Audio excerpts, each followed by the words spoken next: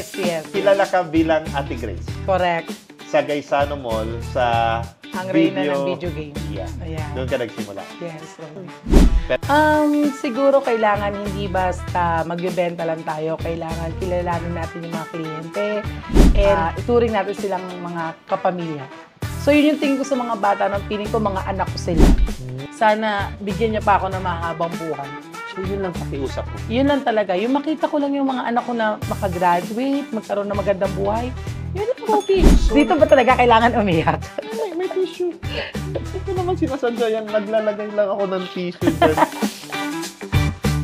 At syempre, another episode na puno ng inspiration and awesome. Pag uwi ko 30 minutes after ng concert. So, diretso na ako. And then, hanggang sa makilala ko. Hello mga ka-All Talks! Welcome to All Talks of Life Season 2. At syempre, another episode na puno ng inspiration and awesome moment. At mas awesome ngayon dahil ang ating inspiring guest ay isang loving mom, devoted wife, successful businesswoman, and a dedicated financial advisor. Pero mas nakilala siya ng mga iilang younger generation sa kanyang pagiging very passionate when it comes to selling video games dati dyan sa Gaisano Mall. Kaibigan ko to siya and once every time kami magkita, ang dami naming kwentuhan pero ngayon mas kilala na siyang Lady Grace. Hi Grace, kumusta? Hello! Hi, Robbie. Thank you for inviting me. Yes. Una kitang nakilala, dalaga ka pa. Yes. At kadalasan, siguro ngayon ng mga 30 years old. Tama ba? 30 years old yung mga bata? Oo. Mga 26. Mga 26 na siguro. 26 to 30 years old. Kasi edad ng anak ko. Yes. Kilala ka bilang Ate Grace. Correct. Sa Gaisano Mall, sa Ang reyna ng video game. Yeah. Ayan. Doon ka nagsimula. Yes, Robbie. Pero ngayon, mas kilala ka na bilang Hagtags. Yeah. And biglang nag-shift ang buhay mo as financial advisor. Correct. Yes. Yun ang pag-uusapan natin sa All Talks of Life. Okay, sige. So, Grace, alam mo naman yung show ko. Andam na ba ka? Yeah, andam na. Okay, let's go. Grace, Yes, Robbie. bakit ka umabot sa Davao? Well, yun. Na-assign ako sa Davao bilang isang area manager ng isang kumpanya ng mga gadgets. So first, yun yung sa Gaisano Mall namin. And then hanggang sa nakilala ko talaga yung mga batang maliliit na mga Atenista, yung mga, feeling ko yung mga rich kid ng Davao. Kaya masasabi kong ako yung nagpalaki sa kanila. Kasi sobrang sikat ng mga console noon, PSP, Xbox, PlayStation. Then, pagkatapos noon, nagkaasawa na, nagkaanak, and then nagtayo na ako ng sarili kong negosyo. Which is yung Hagtags. Yes. So, pati yung asawa mo from Manila, pinapunta mo talaga, boyfriend mo pa that time. Yes. Ang haba ng hair natin, so sinundan niya ako. And then... Sinundan ka talaga o pinapunta mo dito kasi ayaw mo maiwan sa Manila? Anong totoo? Sinundan talaga ako. Okay. So, yun. Then nagtrabaho kami dito. Tapos, nagkaroon ng sariling pamilya hanggang sa nagtayo ng sariling negosyo. Yun yung Hagtags. Yun yung Hagtags. But Hagtags expanded from just the giveaways and the printing. Yeah, corporate giveaways, signages. Ngayon, meron ng pasalubong, may cafe na. So, madami na siya. Madaming version na ng ano. Ang layo na ng inabot ng Hagtags. Tiyaga and sipag. Yun ang kailangan para Tiyaga at marating. sipag. Yes. TS. Pero tinanggal mo yung dalawang I na tiis. Yes. Pero Grace, even before going back lang yung time na nasa gadget ka, I think one of your characters was grabe ka maalaga sa mga customers. Yes. Maalaga sa mga tao. Tapos grabe ka, hindi sales talk sa'yo eh. Yeah. Kahit doon pa, masasabi na nating heart talk. Kasi Yes. totoo ka. Tinutulungan mo, you will spend time sa mga kids. Alam mo yung mga kids, makukulit, di ba? Correct. Ate Grace, anong magandang game? Yes. Siguro kailangan hindi basta magbebenta lang tayo. Kailangan kilalanin natin yung mga kliyente and gawin natin talaga yung trabaho natin na parang ituring natin silang mga kapamilya. So yun yung tingin ko sa mga bata ng feeling ko mga anak ko sila. So every time na magtatanong sa akin, hindi ako nakukulitan, tinuturo ko talaga kung ano yung mga gusto nilang games, kung ano yung nararapat para sa kanila. At the same time, nagkakaroon kami ng relationship. So kaya nga ngayon, maraming mga kids na hindi na sa negosyo ko na gadgets, kundi dito na sa printing na, ate, pagawa kami ng signage, di ba ikaw yung nasa Gmall, ikaw yung dati namin suki. Yes, yun Kasi na yung ano ngayon. trust nandyan pa rin na talaga. na-build mo. Kaya Correct. alam nila, kahit ako, di ba, isang Oo. tawag lang, Grace, ganito, Correct. pwede ba? So, naisip mo ba yung panahon na yun na ganun ang mangyayari or wala? No, passion ko talaga yun eh. Yung pagsilbihan sila, yung ibigay yung gusto nila. Kaya siguro yun, ngayon, madali na para sa akin sa kanila makipag-communicate. Kasi nga, meron kaming trust at saka relationship na na-build sa isa't isa. Gusto kong malaman, saan mula yung ganong attitude ni Grace? Ni Lady Siguro, Grace? sa akin na talaga. Kasi ang hirap naman na magpanggap na hanggang ilang taon mo silang aalagaan kung Yes. pakitang tao lang yun. Parang feeling ko dahil gusto mo yung ginagawa mo, mas madali para sa'yo ipakita kung ano talaga yung dapat sa kanila. So, nung nasa Manila ka ba, wala ka bang like, nagturo sa'yo noon or naging inspiration mo or background mo sa family mo ng time? Wala. Actually, Robic, ayun na nga, maikwento ko lang, no? Bata pa lang talaga ako, mahilig na ako na magbenta. Or nasa fashion ko na talaga yung nasa sales. Nung bata ako, high school yon, yung time na yun, nag-separate yung parents ko. Wala nang magso-support para sa akin sa pag-aaral ko.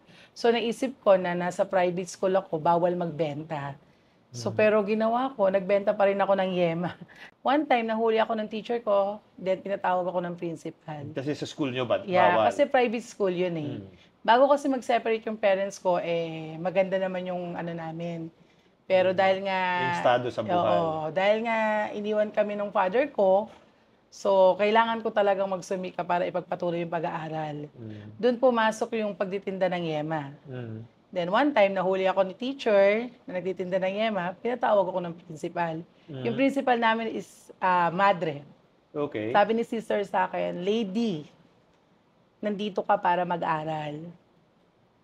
Hindi ko alam kung anong isasagot ko, pero ang pumasok agad sa isip ko, sister, kung hindi po ako magbebenta, hindi rin po ako makakapag-aral. Sinagot mo? Sinagot ko talaga siya. Hindi ko alam kung bakit kailangan ko sagutin, pero hindi ako natakot kasi yun ang totoo. So yun, sabi ni sister, sige, pag-recess time na lang. Kasi hindi rin niya alam na kapag pinaghinto niya ako sa pagtitinda, hindi niya na rin ako makikita kasi hindi na ako makakapag-aral eh. And then, for me talaga, Robic, ang experience is the best teacher. So, sa mga experience ko ng pagbebenta, pagnenegosyo, kahit maliit lang yan, yun siguro kung anong man ang narating ko ngayon dahil dun yun. Doon na-develop. Doon na-develop. Doon na-develop. Correct. Yan yun. Okay. Fast forward na naman tayo. Tapos na Yes. tayo sa past. Punta tayo doon sa Hagtads. Okay. Ano nangyari? Bakit nagnegosyo kayo sa Hagtads? Ano nangyari doon sa gadget shop na pinagtatrabahuan ninyong dalawa ng boyfriend, ng ex-boyfriend mo na ngayon asawa mo na? So ano, yun.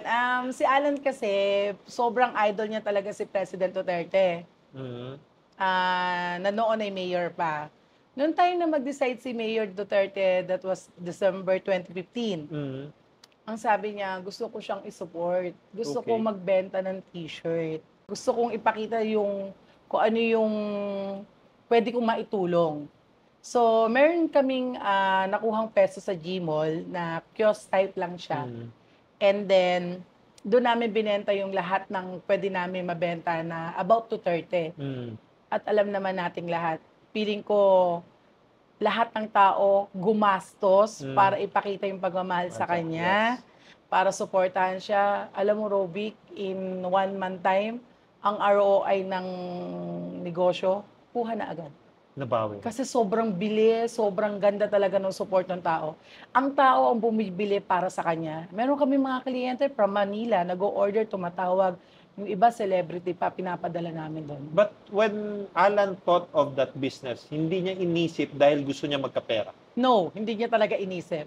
Parang dumating talaga na yun yung right time. Tapos, dahil sa gusto niya lang, nasuportahan si Duterte. Oo. No? Ang hugot ni Alan, alam ko yun kinakwento niya, kasi laking Manila kayo, di ba? Correct, oo. So, nung nakita niya kung gaano ka peaceful ang Davao, Yun ang Yes. reason niya kung bakit Kasi siya nagsimula nagsuporta. talaga kami, 2004 ako dito, 2006 siya. Nauna ako ng 2 years.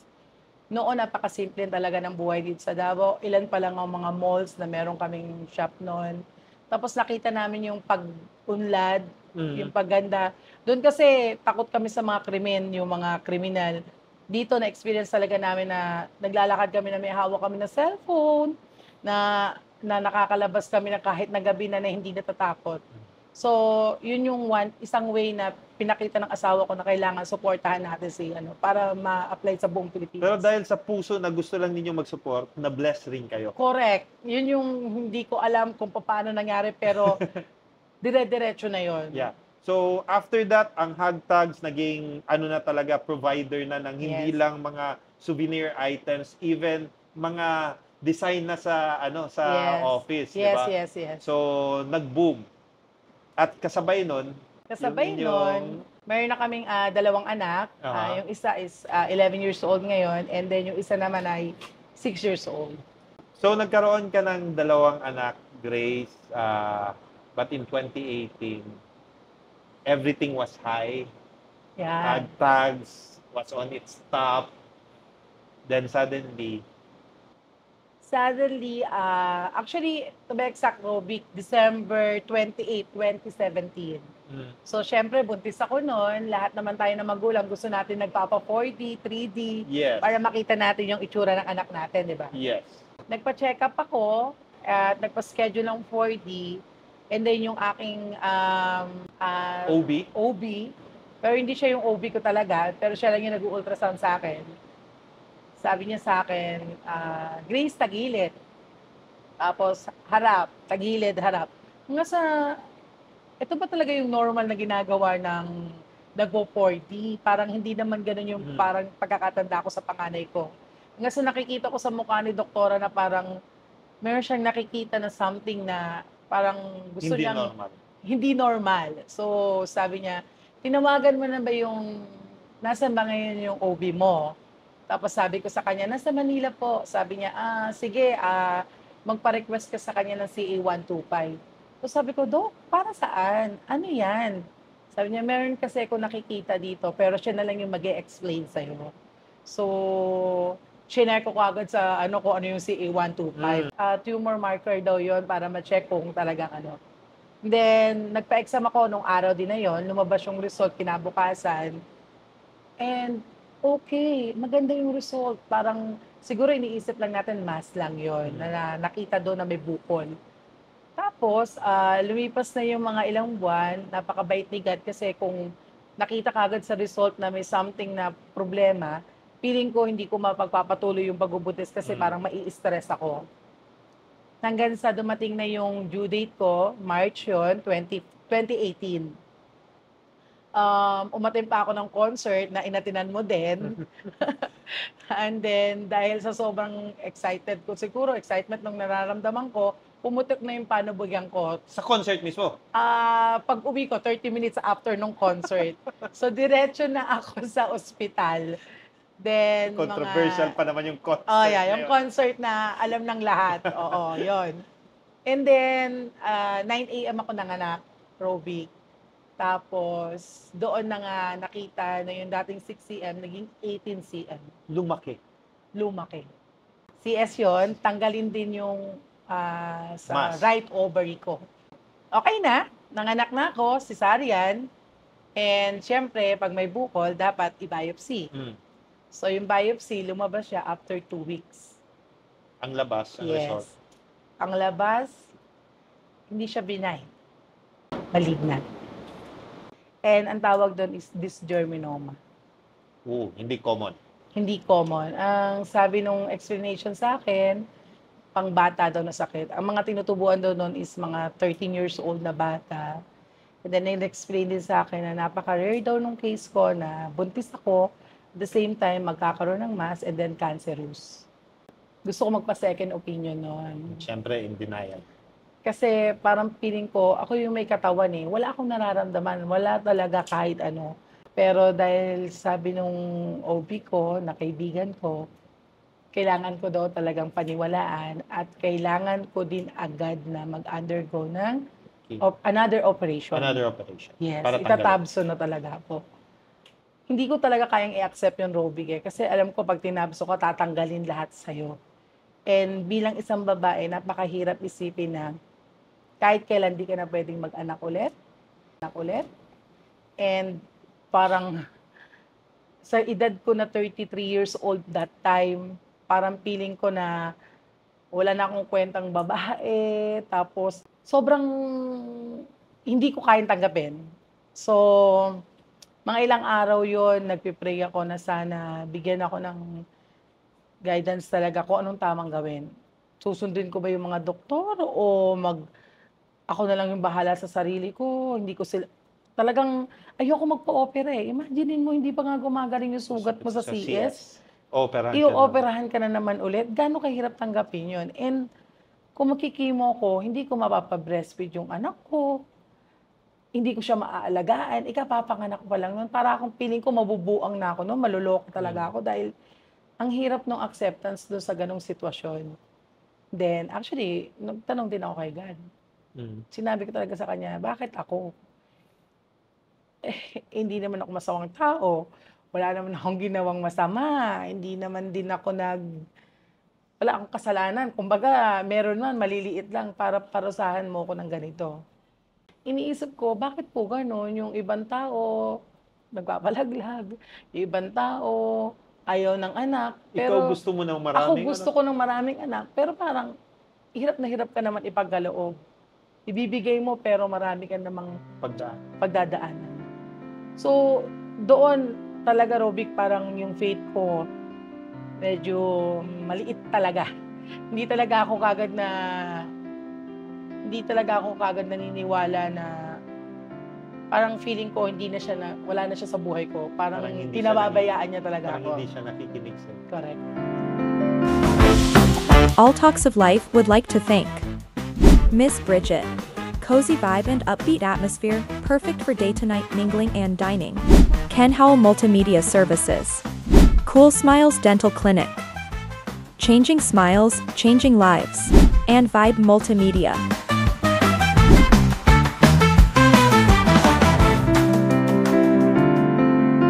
So yun yung mga tanong ko noon, which is parang ngayon pa lang sinasagot kung bakit ko pala pinagdaanan yun. May mas malaking purpose. May mas malaking purpose pala si God. Nag-undergo ka ng chemo? Yes. Every 21 days, nagkikimo ako. 7 session yun. Laglag buhok? Kalbo talaga, Robic. As in, yung normal na pinagdadaanan na nagkikimo, talagang nasusuka ka, nanghihina ka. And it was very depressing for you.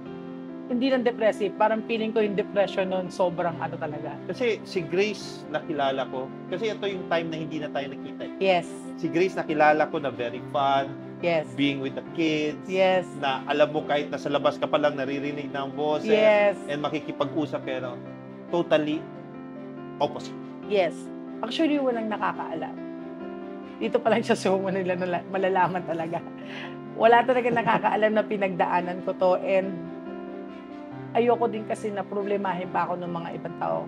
Parang pakiramdam ko nun kung kukunin niya ako, parang ibibigay ko na talaga yung sarili ko. Pero ako talaga nagsabi sa kanya na sana wag. Sana bigyan niya pa ako ng mahabang buhay. So yun lang pakiusap mo. Yun lang talaga. Yung makita ko lang yung mga anak ko na makagraduate, magkaroon ng magandang buhay, yun lang, Robic. So nag-shift sa question na, Lord, bakit ganito, bakit ganyan? When you were undergoing depression, laglag buhok, lahat, nagpalit ng iyong prayer na, Lord, wag mo lang akong kunin kasi gusto mo pa makita ka. Yes, kasi yung nakikita ko nun yung asawa ko na lagi nasa tabi ko lang, pero ramdam ko na natatakot siya sa posibleng mangyari na mawala ako sa buhay nila. Sobrang nakakalungkot yun. Sobrang talagang ayoko mangyari. And Alan was there all those times. Yes, super supportive talaga. Wala akong masasabi talaga. Sa pamilya, sa kanya. Kasi masyado siyang natakot. Parang pakiramdam ko, Robic, konting-konti na lang panghihinaan na siya ng loob doon eh. Yung nakikita niya talagang nangihina ako, kaya pinilit ko talaga magpalakas. So Kasi- those were the darkest Yan times. talaga. Sobra talaga. Parang gusto ko na magpalit ng taon ng 2018 noon. Kasi imagine, natapos ako ng chemo September. Parang sabi ko, sana Lord, bigyan mo pa ako ng mahabang lakas. Hindi ka talaga makakalimutan yung pag-graduate ko. Kasi pag graduate ka pala ng chemo, papalakpakan ka. And May bell. Oo, may bell na talagang parang pakiramdam mo, mas maganda pa yun ng pagka-graduate nag-graduate mo. Correct. Kasi na-survive mo talaga yung araw-araw ka nagsusuka, nangihina, lahat. And because of that, bumalik na yung pananalig ko sa kanya. Yung advocacy ko ngayon talaga is yung makatulong sa mga tao na pag nagkasakit, kailangan meron silang life insurance. Yun talaga. Kasi ako nung time na yon, hindi ko iniisip yung pagpagamot kasi ang iniisip ko lang noon magpalakas. Dahil may insurance ako noon. So yung mga pambayad ko, yun na talaga yung nagbayad. So that time, you are a believer ng insurance. Yes, Kumuha first ka hand ng- ko talaga. Kumuha ka ng insurance, pero ang nasa isip mo lang, kailangan ko lang magpalakas para mabayaran to. Ang No, insurance na yun. Actually, yung insurance, kinuha ko yun nung 29 years old ako sa isang kaibigan ko. 29 years old ako noon. 29 years old. Yes. So, bayad ko na nga siya nung nagamit ko. Ala lang, kasi kaibigan ko siya, kinunan ko siya. Respeto! Respeto lang talaga. Hindi dahil, kasi di ba, pag bata tayo, iniisip natin super lakas pa tayo, di pa tayo mamamatay, hindi tayo magkakasakit. Energetic. Energetic, and yun pala, sa isang snap lang talaga, mangyayari ang hindi mo gusto mangyari. Everything was paid off Yes. because you had insurance. Correct. Kaya naman ngayon, Kaya ngayon, ang advocacy ko is talagang mabago yung tingin ng mga tao sa insurance. Kasi iniisip nila, pabigat lang, hindi ko kailangan, malakas pa ako. Hindi nila alam, yan yung bagay na hindi mo na kayang bilhin kapag hindi ka na pwedeng mag-insurance. I mean, kung nagkasakit ka na, hindi ka na pwedeng ma-insured. At yan din yung bagay na tutulong sa'yo na mawawala lahat ng pera mo sa bangko, mawawala lahat yan kapag wala kang insurance. Pero pag may insurance ka, ang kailangan mo na lang magpalakas. so yun na yung iyong newfound purpose. Yes, and parang feeling ko, binigyan ako ni God ng second life, second chance, dahil para ipagpatuloy ko ano yung naranasan ko at iparating pa sa mga taong pwede ko pang matulungan. Ngayon, siguro God, kaya mo ako binigyan ng cancer para madali sa akin, para i-explain ko ano yung pwedeng maging advocacy ko. Kasi noon, ang tanging nakikita ko lang talaga, Roby, hindi niya ako mahal. And parang pinahihirapan niya ako. Pero ngayon, sa nararanasan ko, kung nasan akong estado ngayon as a financial advisor, mas madali sa akin ang i-share ko ano yung naranasan ko at makabenta dahil naniniwala sila sa akin. At kita ko yun. Yes. Yung training mo buong buhay mo, talking to people, mas deeper na yung iyong sinishare. Correct. Pero hindi binibenta eh. Sinishare mo lang eh. Sinishare ko lang Kasi talaga. kung isipin mo, Grace, with what you have, with hashtags, Yeah. ang inyong negosyo, Mm-mm. buhay na kayo eh. Correct. Hindi mo na kailangan gawin. Yes. Pero ngayon sa puso mo, Kailangan ko talagang, parang pakiramdam ko ito talaga yung second life na binigay sa akin para yung advocacy ko is maibigay ko talaga sa mga taong hindi naniniwala at gusto talagang ma-experience din ko ano yung magkaroon sila ng, wala na silang aalalahanin pag dumating sa kanila yung pagsubok na pwedeng makuha nila in the future. if you're going to look back sa buhay mo, bringing to where you are right now, ano yung top 3 life lessons na ibibigay mo, sige. isi-share mo? Sabi nga nila, Robic, yung buhay ng tao, minsan up, minsan down. And yung problema, dapat dinadaanan lang yan, hindi yan tinatambayan. Ang problema, dinadaanan lang yan, hindi tinatambayan. Yes. Correct. Then, yung number 2 natin is yung value of purpose. So, yung a sense of purpose that can provide direction, motivation, and fulfillment in life. whether it's career, hobby, or a cause of having some meaningful to strive for, I can give sense of direction. In many cases, God clear my answer because I believe He wants me to become an instrument na cancer is just a cancer.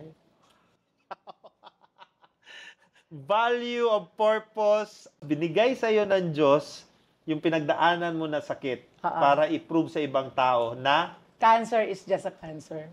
cancer is just a cancer. Ganda. Problema, dinadaanan lang yan, hindi tinatambayan.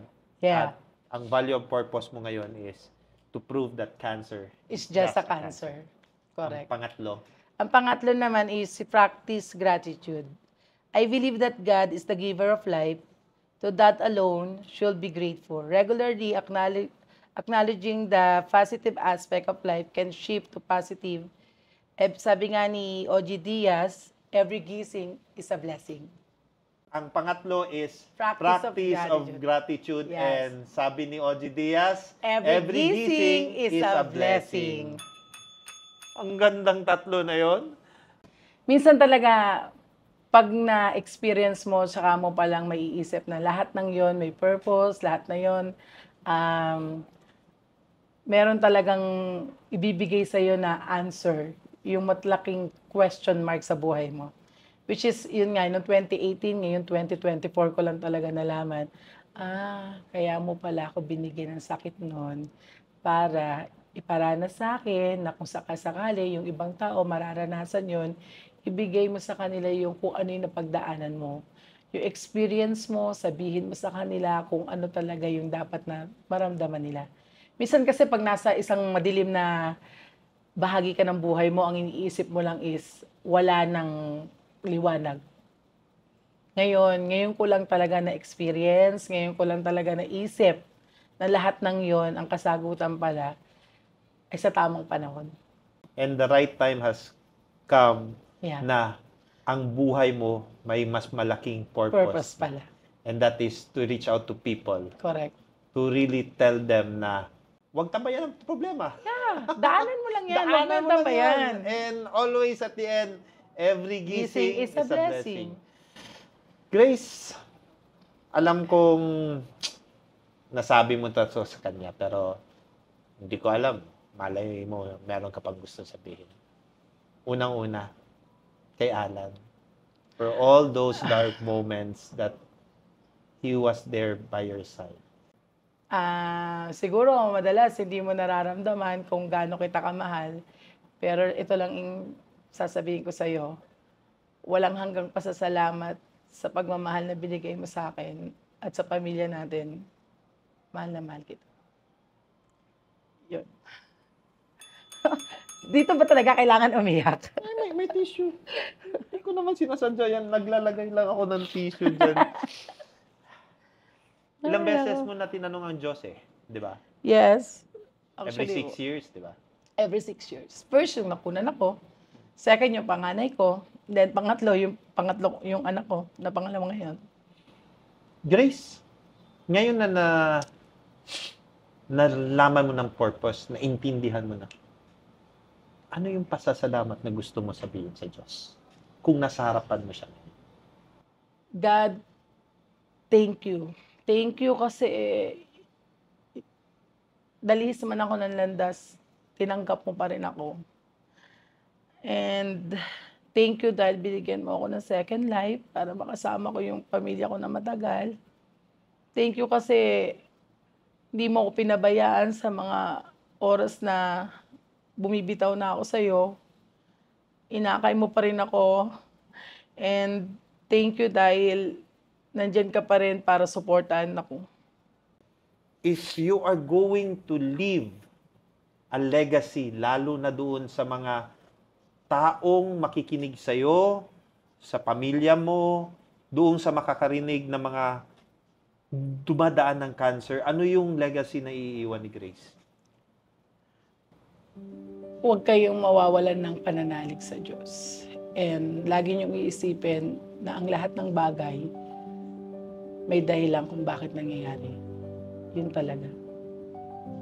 And kailangan talaga na kumapit lang sila sa pamilya nila. Kung may asawa sila, sa asawa at mga anak nila. Lahat ng bagay sa mundo, naniniwala talaga ako, Robby, may dahilan kung bakit nangyayari. Saan si Grace 5 to 10 years from now? Siguro early retirement. Na-fulfill ko na siguro yung mga bagay na gusto kong gawin para sa akin at pamilya ko. Tutulong sa hanggat kaya ko sa mga taong nangangailangan, sa mga taong kailangan ng suporta, hindi lang spiritual, hindi lang financial. Basta hanggat kaya mo tumulong, tutulong. Grace, salamat sa malaki mong puso. Thank you for saying yes sa All Talks of Life. Alam ko hindi ka basta-basta napapa-oo dahil hindi ka camera comfortable, pero Correct. camera shy ka. But thank you. Robby, Thank you. Salamat for sharing your story. thank you so much din, and hope na may natutunan ka, may natutunan ng ating mga... Marami. And to everyone watching this, if nakarelate kayo and you feel that you need help, especially when it comes to insurance, financial advisor, nandito lang si Grace. Madali lang hanapin yan. L. Grace Johnson Yes. sa Facebook. At kung hindi, katukin nyo sa hashtags. Yes, correct. Thank you. Hindi yan mag-say no sa inyo. Normally, kakakausapin kayo yan. Correct. Again, Grace, thank you for joining Thank you All so Talks much, of Life. Robby. Guys, ayan, narinig nyo. Paminsan sa buhay, talagang lugmok at ilalagay ka sa baba. Huwag nyong tingnan as end of your life, but tingnan nyo as a chance for you to say thank you and be grateful sa binigay sa inyo ng Diyos. Thank you for joining All Talks of Life. All the glory to our Creator. Be awesome all the time.